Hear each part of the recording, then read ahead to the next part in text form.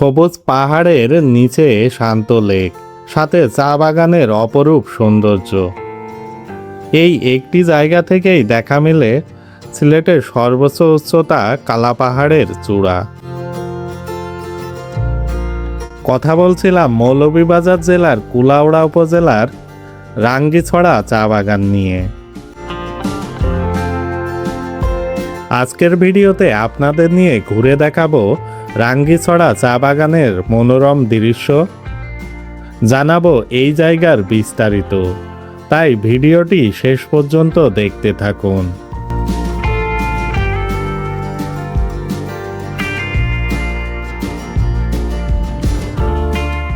রাঙ্গিছড়া আসার জন্য আমরা প্রথমে মৌলভীবাজার থেকে কুলাউড়া এবং কুলাউড়া থেকে চলে আসি রাঙ্গিছড়া বাজারে।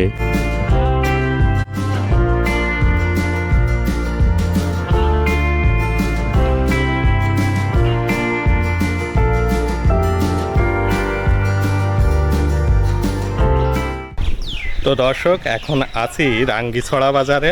এটা হচ্ছে কুলাউড়ার মধ্যে, আর আমরা আসলাম হচ্ছে মৌলভীবাজার থেকে কুলাউড়া। এ পর্যন্ত আমাদের ভাড়া লাগছে জন প্রতি 50 টাকা করে, এবং কুলাউড়া থেকে এই রাঙ্গিছড়া বাজার পর্যন্ত সিএনজিতে আমাদের ভাড়া লাগছে জন প্রতি 30 টাকা করে। তো এই বাজার থেকে আমরা পাহাড়ের উদ্দেশ্যে আজকের গন্তব্য। তো সাথেই থাকুন আর দেখতে থাকুন আজকের এই ব্লগটি। আমরা হাঁটতে হাঁটতে এখন চলে আসলাম হচ্ছে রাঙ্গিছড়া। ঠিক আমার পিছনে রয়েছে চা ফ্যাক্টরি, এটা হচ্ছে রাঙ্গিছড়া চা ফ্যাক্টরি। আর আমার সামনেই রয়েছে সবুজ চা ভূমি, এটা হচ্ছে রাঙ্গিছড়া চা ভূমি, যেটার অবস্থান হচ্ছে কুলাউড়াতে। তো আমরা একটু সামনে যাচ্ছি, এখানে বেশ কিছু সুন্দর সুন্দর স্পট আছে, সেটা আপনাদের আজকে ঘুরে দেখাবো। আর সামনে আছে একটা লেক, সেখানে আমরা যাওয়ার চেষ্টা করছি। তো দেখা যাক কত দূর পৌঁছাতে পারি। এই যে সামনে আমরা একটা ছোট ছড়া দেখতে পাচ্ছি, এখানে তো যাতায়াতের কোনো রাস্তা নাই, এখন এইভাবেই নেমে যেতে হবে। এই হচ্ছে অবস্থা এই রাস্তাঘাটের।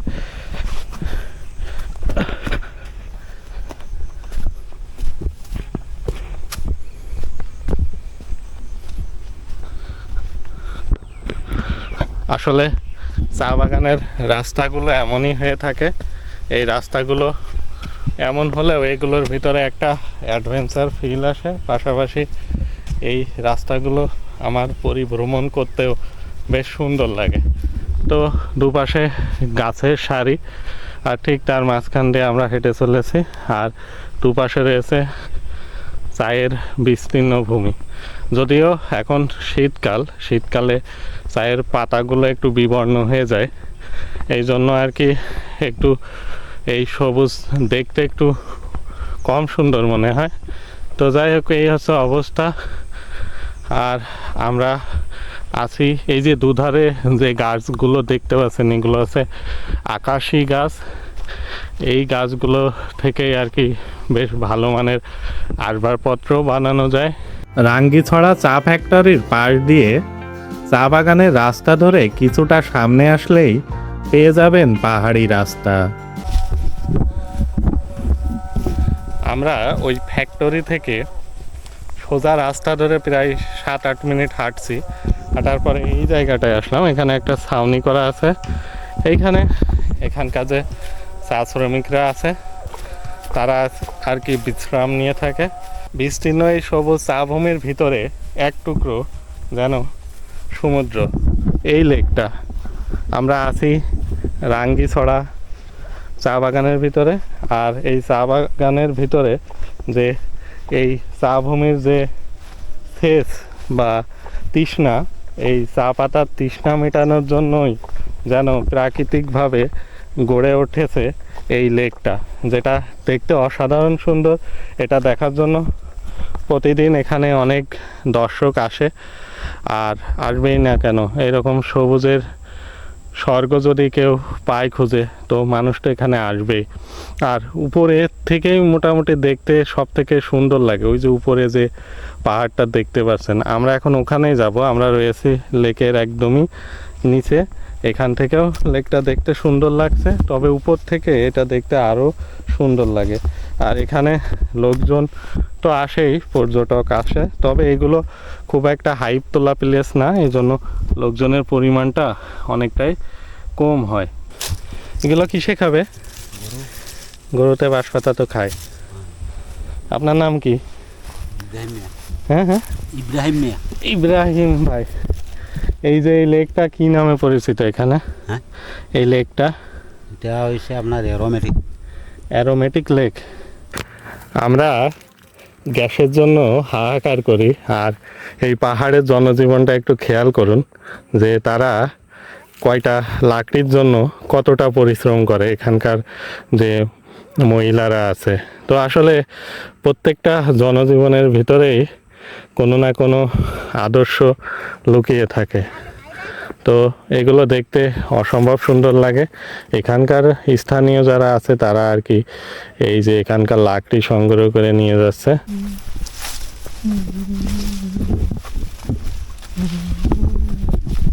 আছি রাঙ্গিছড়া পাহাড়ে, আর এটা সম্পূর্ণ একটা পাহাড়, এখানে কোনো স্টার ভূমি নাই। তো এটা দেখতে কিন্তু অদ্ভুত রকমের। দুপাশে দেখুন বড় বড় খাদ, এ পাশেও কিন্তু বড় বড় খাদ, এই যে, আর উঁচু উঁচু পাহাড়। আর এখান থেকে আরও একটা জিনিস দেখা যায়, সেটা দেখানোর জন্য আপনাদেরকে আমরা নিয়ে যাচ্ছি। তো একটু অপেক্ষা করুন, আমরা দেখাচ্ছি আপনাদের সেটা এখানে কি আছে। এইরকম, হ্যাঁ না, সামনে আর একটু যাওয়া যাবে, চলেন যাই।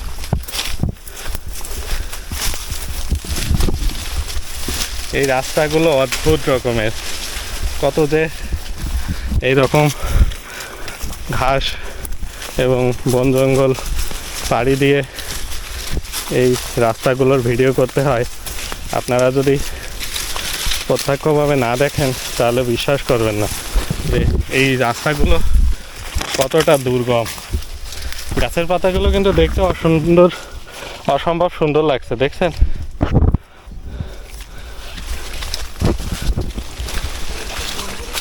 হ্যাঁ হ্যাঁ,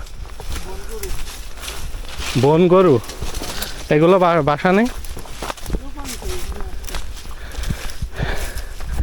দেখুন আমরা এই পাহাড়ে উঠতে কত কষ্ট করছি, আর এখানে কিন্তু এই যে গরুগুলো কিন্তু পাহাড়ের উপরে উঠে এই গাছের পাতা খাচ্ছে। ওই যে বেশ কয়েকটা গরু এখানে দেখছি।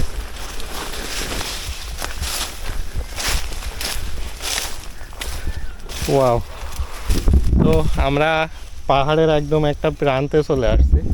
এইখানে কিন্তু বেশ কিছু বাড়িঘর দেখতে পাচ্ছি, একদমই পাহাড়ের ভিতরে। আমি জানি না এদের বিদ্যুতের উৎস কি, বা এখানে কোনো বিদ্যুতের লাইন আছে কি না। আমার মনে হয় না এখানে কোনো বিদ্যুতের লাইন আছে ওই পর্যন্ত।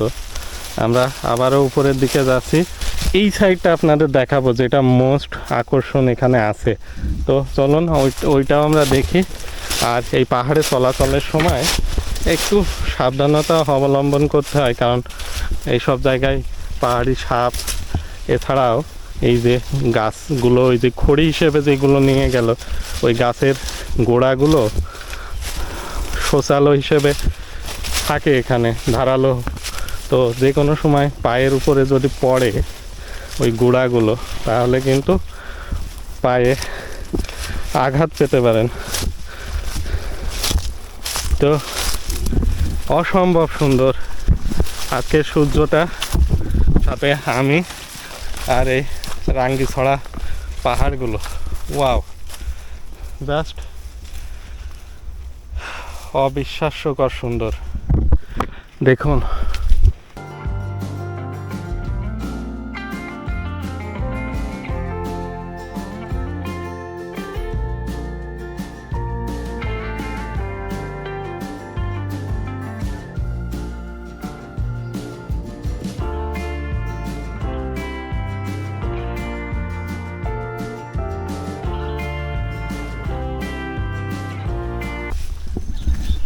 আপনারা যখন পাহাড়ের ভিতরে আসবেন না, এই যে দেখুন এই ধরনের কিন্তু গুড়ি দেখতে পাবেন।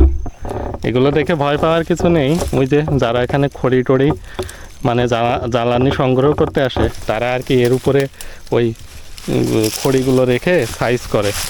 আর এখান থেকে না একবার পাহাড়গুলো দেখুন আপনারা। তো যাই হোক, আমি আরও একটা বিষয় আপনাদের একটু শেয়ার করে রাখি, যেটা মূল আকর্ষণের কথা আমরা বলছিলাম না। এখান থেকে আপনারা ওই যে পাহাড়টা দেখতে পাচ্ছেন সব থেকে উঁচু, ওই পাহাড়টা, ওটাই মূলত কালা পাহাড় নামে পরিচিত। ধারণা করা হয় এই বর্তমানে যে বিশেষ আলোচিত একটা সংবাদে ইউরেনিয়াম আছে এরকম একটা শোনা যায়। মোটামুটি এইগুলোই কিন্তু সেই পাহাড়, আমরা সেখানে আছি। আর সব থেকে উঁচু পাহাড় আছে ওইটা কালা পাহাড় নামে পরিচিত। তবে আমার এই কুলাউড়া ভ্রমণের শেষ গন্তব্য হবে ওই কালা পাহাড়। সাথেই থাকবেন আমার, একদিন দেখানোর চেষ্টা করব ওই কালা পাহাড়টা আপনাদের।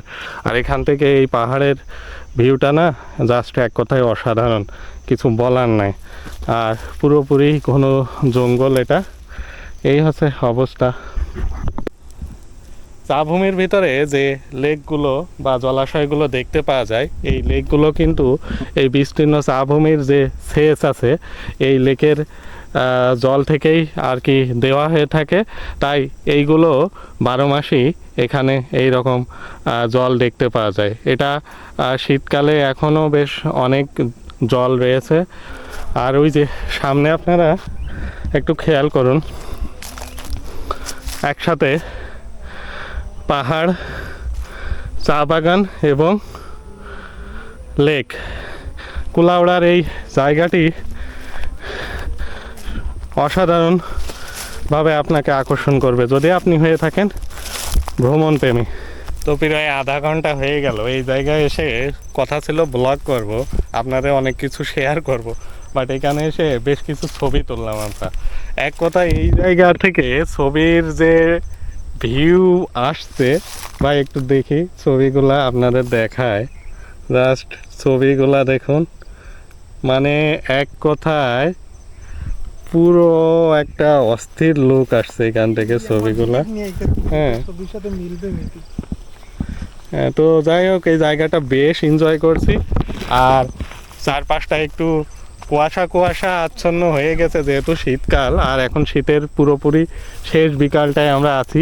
ওই যে উপর থেকে পাখিগুলো তাদের নিড়ে ফিরে যাচ্ছে, এই দৃশ্যটা না বলে বোঝানো যাবে না। গরুগুলো তাদের বাড়িতে এখন যাচ্ছে, পাখালিগুলো যেন একটা নীরবতায় ভরে যাচ্ছে। এক কথায় এই দৃশ্য না দেখলে আপনাদের বলে বোঝাতে পারবো না কতটা সুন্দর। আর একটা যে বিষয়, এই মৌলভীবাজারে মেবি 92টা চা বাগান আছে, তার মধ্যে কিন্তু এই কুলাউড়াতে আছে 30টা মতো চা বাগান, আমি যতটুকু জানি আর কি। তো প্রত্যেকটা চা বাগানই না এক একটা সৌন্দর্য বহন করে। তো তেমনই এই রাঙ্গিছড়া যে চা বাগানটা, সেটাই এটা দর্শনীয় স্থান হতে পারেনি। তার কারণটা হচ্ছে এটা অনেকটা ভিতরে, তো এই জন্য শ্রীমঙ্গলটা সবসময় হাইপে থাকে। বা এই কুলাউড়াতেও না চা বাগান আছে যেগুলো অসাধারণ সুন্দর। আর ওই যে দেখুন, সূর্যটা মোটামুটি অস্তে গেল আমাদের চোখের সামনে। আর আরও একটা বিষয় যদি আপনাদের শেয়ার করি, সেটা আছে এই মৌলভীবাজারে 3টা জিনিস আমার সব থেকে বেশি ভালো লাগে। তার মধ্যে এক, এই মৌলভীবাজারের পাহাড়গুলো, আর পাহাড়ের উপর সবুজ চা ভূমিগুলো, আর এই চা ভূমিগুলো যারা পরিচর্যা করে অর্থাৎ চা কর্মীরা। এই 3 প্রকারের যে বৈশিষ্ট্য আছে, সেই বৈশিষ্ট্যই আর কি এই চা শ্রমিকরা এইগুলো একদম নিজেদের মতো করে লালন পালন করছে, যেটা আসলে গর্বের বিষয় আমাদের। বলতে পারেন মৌলভীবাজারে আছে এক প্রকার চায়ের সোনার খনি। তো এই হচ্ছে অবস্থা। আজকের ভিডিও এখানেই শেষ করব, দেখা হচ্ছে নতুন কোনো ভিডিওতে। সে পর্যন্ত ভালো থাকুন, সুস্থ থাকুন, টাটা।